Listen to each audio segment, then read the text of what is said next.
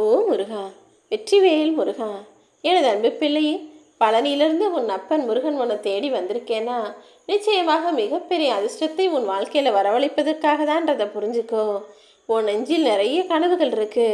இந்த உலகத்தையே உருவாக்கி கொள்ளணுன்ற ஆசையும் இருக்கு. அப்படி நல்ல எண்ணங்களை சுமந்து கொண்டு வாழ நினைக்கும் உனக்கு உன் கனவுகளை எல்லாம் நனவாக்கி நீ ஆசைப்பட்ட அற்புதமான வாழ்க்கையும் அமைச்சு கொடுத்து உன்னை சுற்றி உற்றாரும் சுற்றாரும் உலகத்தாரும் பந்தத்தாரும் சொந்தமும் பந்தமும் எல்லாம் இருக்கும்படி நான் செய்கிறேன். உனக்கான உதவிகள் உற்ற நேரத்தில் சரியான நேரத்தில் உன்னை தேடி வரும். அது வரைக்கும் உன்னுடைய உழைப்பையும் முயற்சியை மட்டும் நிறுத்தாமல் செஞ்சுக்கிட்டே இரு. உனக்கு வரும் சோதனைகளும் தடைகளும் உன்னை கூர்த்திட்டும் ஆயுதங்கள் போல இருக்கட்டும். ஏன்னா சோதனை தடை எது வந்தாலும் அதை சவாலாக நினச்சி அதன் மூலமாக ஏதாவது நல்லது நடக்குமான்னு ஆபத்திலும் பிரச்சனையிலும் கூட உனக்கான வாய்ப்புகளை பயன்படுத்திக்க பழகு. வாழ்க்கை எனும் போர்க்களத்தில் இப்போ உன்னை சண்டை போடுறதுக்காக கூப்பிட்ருக்காங்க. நீ பார்வையாளராக இல்லாமல் போராளியாக மாறி வாழ்க்கையில் நடக்கும் கெட்டதை எதிர்த்து வாழ்க்கையில் ஜெயிக்க பாரு என் செல்வமே. உனக்கு துணையாக உன் அப்பன் முருகன் நானே இருப்பேன். உன் வாழ்க்கையில் இன்னும் நீ பெற வேண்டிய சந்தோஷங்களும் அடைய வேண்டிய ஆனந்தமும் நிறைய இருக்கும்போது உன் உடம்பில் எப்போதுமே ஜெயிக்கணுன்ற எண்ணம் இரத்த துளிகளோடு சேர்ந்து கலந்தே இருக்கட்டும். வாழ்க்கையில் ஜெயிக்கணும், வாழ்க்கையில் நல்லதை நடத்தணுன்ற எண்ணம் உனக்குள் இருக்கும்போது நீ ஒருபோதும் தோற்று போக மாட்டாய் என் செல்வமே. உன் வாழ்க்கையில் இதுவரைக்கும் நீ எவ்வளவோ கஷ்டப்பட்டு தான் இந்த நிலைமைக்கு வந்திருக்க. இன்னும் அதிகமாக நான் எதிர்பார்த்த வெற்றியை பெற்றே தீர்வேன் என நம்பிக்கையோடு காத்திரு. உன் நம்பிக்கையின் முன்பாக எல்லாமே உன்னிடம் சரணடைந்து தோற்று போகும். நீதான் வெற்றியாளனாக மாறுவாய் என் செல்வமே. எப்போதுமே நீ பயணிக்கும் வேகத்தை விட எந்த திசையை நோக்கி பயணிக்கிறாய் என்பதுதான் முக்கியம். ஏன்னா முயற்சிங்கிறது முக்கியமாக இருந்தாலும் எதற்காக முயற்சி செய்கிற ஒரு விஷயமும் இருக்கிறது இல்லையா? நல்ல விஷயத்துக்காக நீ முயற்சி செஞ்சினா உன்னுடைய லட்சியத்தை நோக்கிய பயணத்தில் நீ போகிறாய் என்றால் நான் நிச்சயம் உனக்கு உதவியாய் உறுதுணையாக இருப்பேன். அதை விட்டுட்டு சில பேர் நான் ஜெயிக்கணும், நான் நல்லா இருக்கணும்னு நினைக்காம அடுத்தவனை அழிக்கணும், அடுத்தவன் தோற்று போகணுன்றதுக்காக ரொம்ப கஷ்டப்பட்டு வேலை செய்வாங்க. அவங்க காலாகாலத்துக்கும் வாழ்க்கையில் ஜெயிக்கவே முடியாது. நீ எதிர்பார்த்த திசையில்தான் பயணிக்கிறாயா என உன் உடலை மட்டுமல்ல மனதையும் பலப்படுத்தி பலம் கொண்ட உடலை விட உன் மனதை தைரியமாக வச்சுக்கிட்டு வாழ்க்கையில் ஜெயிப்பதற்கான எல்லா வேலைகளையும் செய்ய தொடங்கு. பலமான மனசுதான் அதிக காயங்களையும் வலிகளையும் தாங்கி கொண்டு வெற்றியை நோக்கி முன்னேறும். உடல் பலம் என்பது இங்கு முக்கியம்தான். ஆனால் அதை விட உன் மனசு ரொம்ப தைரியமாகவும் எல்லாத்தையும் தாங்கிக் கொள்ளக்கூடிய சக்தி கொண்டதாகவும் இருக்க வேண்டும். ஏன்னா வாழ்க்கையில் நல்லதும் நடக்கும், கெட்டதும் நடக்கும். என்ன நடந்தாலும் நீ சோர்ந்து போய்விடக்கூடாது என் செல்வமே. நீ எப்போ சோர்ந்து போய் ஒரே இடத்துல நிற்கணும், போதும் நம்ம சம்பாதிச்சது, போதும் நம்ம கஷ்டப்பட்டது, ஓய்வெடுக்கலாம் நினைக்கிறியோ அப்போதிலிருந்தே நாட்களும் காலமும் நகராமல் அப்படியே நின்றுவிடும். அதனால் சோர்ந்து கிடக்கக்கூடிய அந்த சோம்பல்தனத்தை எல்லாம் ஒதுக்கி வச்சுட்டு இனிமே நான் ஜெயிப்பேன், அதற்கான வேலையை செய்வேன்னு முன்னேறி போய்கிட்டே இருக்க பழகு.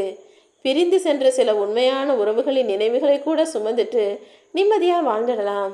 ஆனால் சில போலியான உறவுகளோடு இணைஞ்சு நிச்சயம் நிம்மதியாக வாழ முடியாது தானே. நல்லவங்கள்லாம் போயிடுறாங்க, கெட்டவங்கள்லாம் இந்த உலகத்தில் ஆண்டாண்டு காலமாக வாழ்கிறாங்கன்னு சொல்கிற மாதிரி நல்லெண்ணம் கொண்டவர்களும் உனக்கு நன்மை நினைத்த நல்ல உறவுகளும் உன்னை விட்டு பிரிஞ்சு போயிட்டாலும் அவங்க நினைவுகளை சுமந்துக்கிட்டு நீ நிம்மதியாக தான் வாழ முயற்சி செய்கிற. ஆனால் கெட்ட எண்ணம் கொண்ட உன்னை அழிக்கணும்னு நினைக்கிற போலியான உறவுகள் உன் பக்கத்திலே இருந்து உன்னை நிம்மதியாக வாழவிடாமல் செய்கிறார்களா? கவலைப்படாத, எல்லாத்துக்குமே ஒரு முடிவு இருக்கும் தானே. உன் வாழ்க்கைக்கும் ஒரு நல்ல முடிவை நான் கொடுக்குறேன். கோபத்தை எப்போதுமே கேடயமாக உன்னை பாதுகாக்கும் ஆயுதமாக பயன்படுத்தலாமே தவிர ஒருபோதும் அடுத்தவர்களை அழிப்பதற்காக பயன்படுத்தி விடாதே. கோபம் என்பது உன்னை யாராவது கஷ்டப்படும்படி பேசினாலோ அல்லது உன்னை தாக்க வந்தாலோ தற்காத்து கொள்வதற்காக அவர்களை திருப்பி பேசுவதற்காக பயன்படுத்திக்கோ. ஆனால் அந்த கோபத்தை வச்சு அடுத்தவங்களை பழிவாங்க நினைப்பதும் அடுத்தவர் மனம் கஷ்டப்படும்படி பேசுவதும் வேண்டாம் என் செல்வமே. இந்த உலகத்தில் குறையே இல்லாத மனிதர்கள்னு யாருமே இல்லை. எல்லாருக்குள்ளும் குறை இருக்கும்.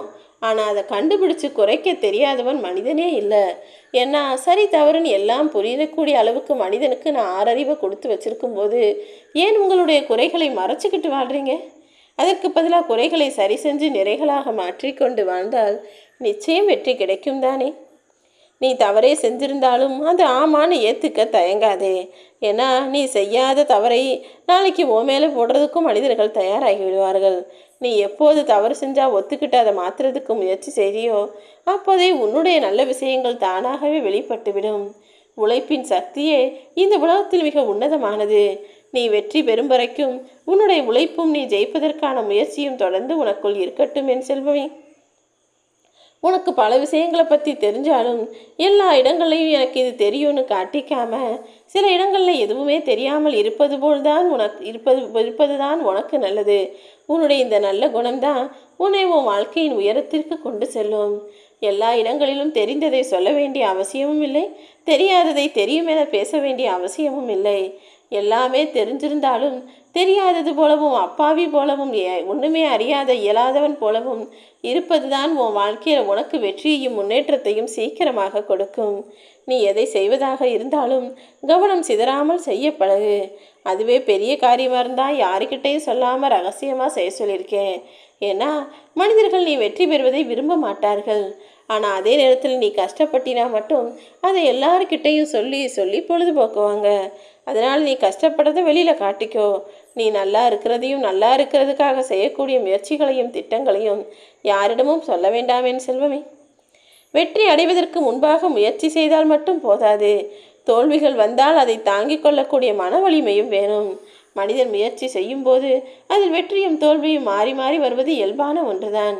தோல்வி வந்தால் அதை சகிச்சுக்கிட்டு தாண்டி போய் வெற்றியை தொடுவதற்கும் தயாரான அளவுக்கு உனக்குள்ள தைரியம் இருக்கணும். உனக்கான பாதை எதுங்கிறத தெரிஞ்சுக்கிட்டு துணிந்து போராடி நீ வாழ்க்கையில் ஜெயித்து காட்டி என் செல்வமே. உனக்காக படைக்கப்பட்ட எதுவும் உன்னை விட்டு எங்கேயுமே போக விட மாட்டேன். உனக்காக நீ ஆசைப்பட்டதை நிச்சயமாக உனக்கு தந்தே தீருவேன். வசதியாக வாழ வேண்டும் என்று உழைப்பதை காட்டிலும் வறுமை இல்லாமல் நான் வாழணும்னு நினச்சி உழைப்பது தான் மிக சிறந்தது. உன் வறுமையை போக்குவதற்காக நீ உழைக்கும் போது வறுமையே இல்லாத வசதியான சந்தோஷமான வாழ்க்கையை உனக்காக நான் அமைச்சு தருவேன். நீ பயந்தா வாழ்க்கை இன்னும் உன்னை பயங்காட்டும். ஆனால் நீ துணிஞ்சு தைரியமாக நின்னா வாழ்க்கை உனக்கு வழிகாட்டி விலகி போகும் என் செல்வமே. உன்னுடைய எதிரி யாருங்கிறத நீ வெளியே தேடவே வேணாம்.